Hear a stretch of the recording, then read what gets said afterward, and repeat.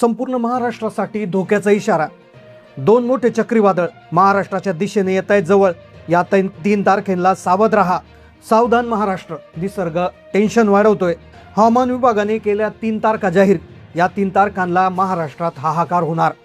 प्रसिद्ध हवामान अभ्यासक पंजाब डक यांनी दिला मोठा इशारा। गेल्या 48 तासात संपूर्ण महाराष्ट्रात उष्णतेची लाट सुरू होती, पण अचानक आलेल्या अवकाळी पावसाने काहीसा दिलासा मिळाला। लोक खुश झाले होते, पण अचानक महाराष्ट्रावर मोठा धोका येणार असल्याची बातमी समोर आली। तो धोका एक नाही तर 2 चक्रीवादळांचा आहे। लक्षात घ्या, ही जी बातमी आहे तर ही बातमी फक्त एखाद्या पावसाचा अंदाज नसून हा एक भयानक इशारा असणार आहे। पहा, गेल्या अनेक दिवसापासून राज्यभर उष्णता सुरू होती। घामाच्या धारा प्रत्येकाच्या निघत होत्या। तुम्हाला वाटत असेल मे महिन्यात जवळपास आता संपत आलाय, आता कसली उष्णता। लक्षात घ्या, याच उष्णतेने 2 चक्रीवादळांना जन्म दिलाय। 2 चक्रीवादळ राक्षसी वेगानं म्हणजे 70 ते 80 किलोमीटर प्रति तास या वेगानं अरबी समुद्र आणि बंगालच्या उपसागरातून महाराष्ट्रात धडकत आहे। या बातमीला हलक्यात घेऊ नका, कारण की 3 अशा तारखा सांगितलेल्या आहेत की ज्या 3 तारखांना 3 टप्प्यात महाराष्ट्रातील 20 जिल्ह्यामध्ये हाहाकार उडणार आहे। पाऊस इतका पडेल की ओढे आले एकत्र होतील। वादळ इतकं भयानक असेल की कच्च्या घरांची पत्रे आणि झाडे उन्मळून पडतील।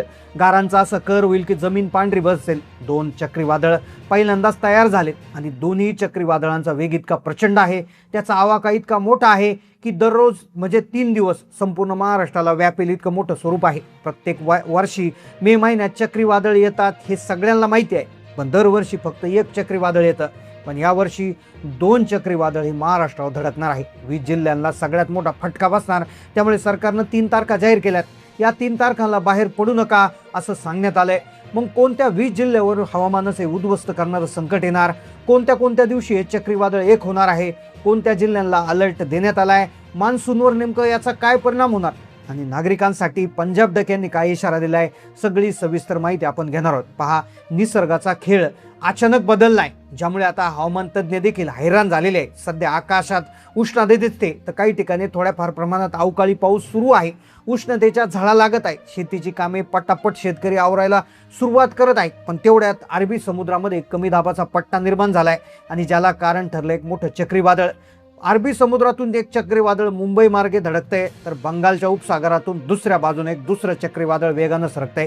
आता विज्ञानाच्या भाषेत याला ट्विन सायक्लॉन म्हणजे दुहेरी चक्रीवादळाचा फटका असं म्हणतात। हे चक्रीवादळ एकेरी नाही तर दुहेरी पद्धतीनं हल्ला करतंय। या 2 चक्रीवादळांच्या मध्ये महाराष्ट्र अडकतोय। जणू 2 डांगरांच्या मध्ये एखादी काडी चिरडली जावी अशा पद्धतीचं वातावरण होतंय। पहा, देशाच्या इतिहासात 20 ते 25 वर्षापूर्वी अशी परिस्थिती निर्माण झाली होती, जेव्हा दोन्हीकडून एकाच टायमाला चक्रीवादळ आलं होतं। त्यावेळेस महाराष्ट्राच्या लातूरमध्ये, मराठवाड्यातील अनेक जिल्ह्यामध्ये पावसाळ्यापेक्षा भयानक पाऊस झाला होता। गारांचा इतका मारा झाला होता की सगळीकडे अक्षरशः दानादान उडाली होती। सगळ्यात भयानक परिस्थिती अशी झाली होती की वादळामुळे जुन्या घरांचं नुकसान झालं होतं। त्यामुळे हवामान विभाग तसेच पंजाब डक यांनी स्पष्ट शब्दात सांगितलंय की शेतीची कामं तर आटपून घ्या, पण आता परिस्थिती बाहेर जाणार। त्यामुळे सरकारने त्या 3 महत्त्वाच्या तारखा जाहीर केल्या। मग कोणत्या तारखा आहेत? कोणत्या 3 तारखेला हवामानाचा हाहाकार महाराष्ट्रात उडणार आहे? कुठे 2 चक्रीवादळ एकत्र होणार? कोणत्या 20 जिल्ह्यामध्ये हाहाकार उडणार? सगळी सविस्तर यादी आपण पाहतोय। पहा, अरबी समुद्रामधून एक चक्रीवादळ येते, तसेच बंगालच्या उपसागरामधून दुसरं चक्रीवादळ येते, तर त्यालाच हिमालयाकडून येणारी एक हवा धडकणार आहे आणि ज्यामुळे प्रचंड उष्णता, कमी दाब आणि हिमालयाची थंड हवा, जेव्हा अशा 3ही गोष्टी एकत्र होतात तेव्हा विजांचा कडकडाट आणि गारांचा इतका जबर पाऊस होतो की जमिनीला हादरे बसतात। मग आता हे 2 नेमके चक्रीवादळ कुठे धडकणार आहेत?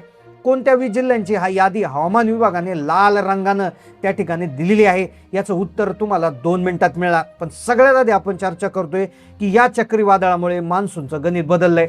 चक्रीवादळामुळे मान्सून आता बदललाय। आता जेव्हा चक्रीवादळ येतं तेव्हा मान्सूनचे ढग असतात आणि त्याला वेग देत असतो, पण यंदाचा मान्सून वेळेवर येणार असं वाटत होतं। तर काही दिवसापूर्वी बातमी आली होती की मान्सून वेळेआधीच दाखल होणार, पण दुहेरी चक्रीवादळामुळे मान्सूनला एका पद्धतीने हायजॅक केलंय। शास्त्रज्ञ म्हणतात वादळ इतकं शक्तिशाली आहे की जे आपल्याकडे मान्सूनच्या वाऱ्यांना खिचून घेतं, ज्यामुळे मान्सूनच्या तारखामध्ये मोठी उलाढाल होते आणि ज्यामुळे पंजाब डक यांनी सांगितलंय की मान्सून यामध्ये लवकरच दाखल होतोय।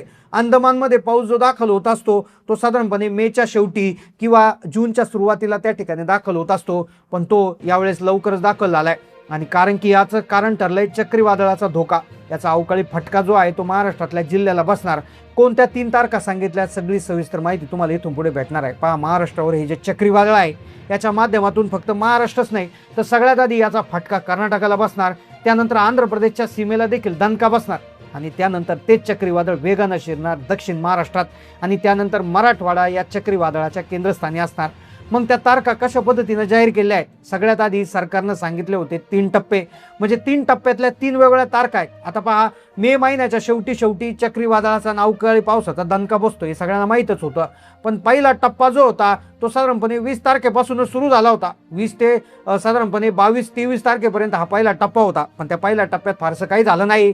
पण आता अंतिम टप्पा सुरू होतोय 25 तारखेपासून. पहा, 25 मे ते 31 मे या काळामध्ये तिसऱ्या टप्प्यातल्या 3 तारखा त्या ठिकाणी जाहीर करण्यात आल्या. आता पहा, तारखांची यादी आपण पाहतोय. या तारखेमध्ये चक्रीवादळाचा वेग ताशी 100 किलोमीटर प्रति तासाच्या वरती जाऊ शकतो, ज्याच्यामध्ये जुनी झाडं, विजेची खांब, कच्ची घरे पालापाचोळ्यासारखे उडून जातील. आणि सगळ्यात मोठं जे चित्र आहे तर ते सुपर मेगा एल निनोचं आहे. एल निनोचा राक्षस आता पुन्हा एकदा जागा झालाय.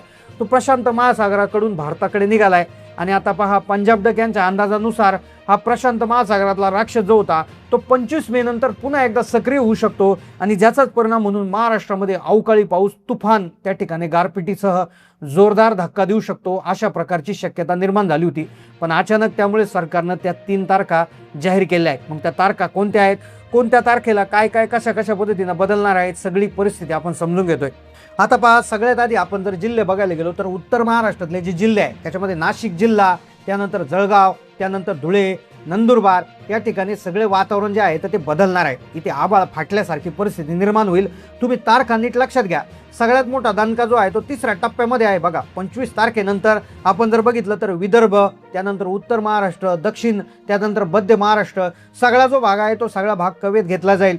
सगळ्यात भीषण म्हणजे संपूर्ण महाराष्ट्रात कोल्हापूर, त्यानंतर सांगली, सातारा, त्यानंतर पुणे, अहिल्यानगर, मुंबई याचा जो सगळा परिसर आहे तर तो त्या ठिकाणी याच्यामध्ये घेतला जाऊ शकतो आणि सगळीकडे भयानक पाऊस हा 25 तारखेनंतर होऊ शकतो. पंजाब डक यांनी धक्कादायक गोष्ट सांगितली की 2 चक्रीवादळ जेव्हा एकमेकात विलीन होतात त्यामधून निघणारी ऊर्जा ही खूप मोठी असते. त्यामुळे हा जो धोका आहे तो खरंच खूप मोठा आहे.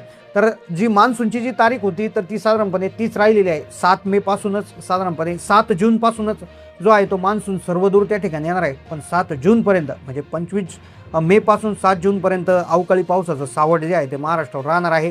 चक्रीवादळाचा देखील फटका हा महाराष्ट्राला त्या ठिकाणी या मे महिन्याच्या शेवटच्या काही तारखांना बसू शकतो. साधारणपणे 29, 30 आणि 31 मेला साधारणपणे सावध राहण्याची शक्यता याच्यामध्ये वर्तवण्यात आलेली आहे.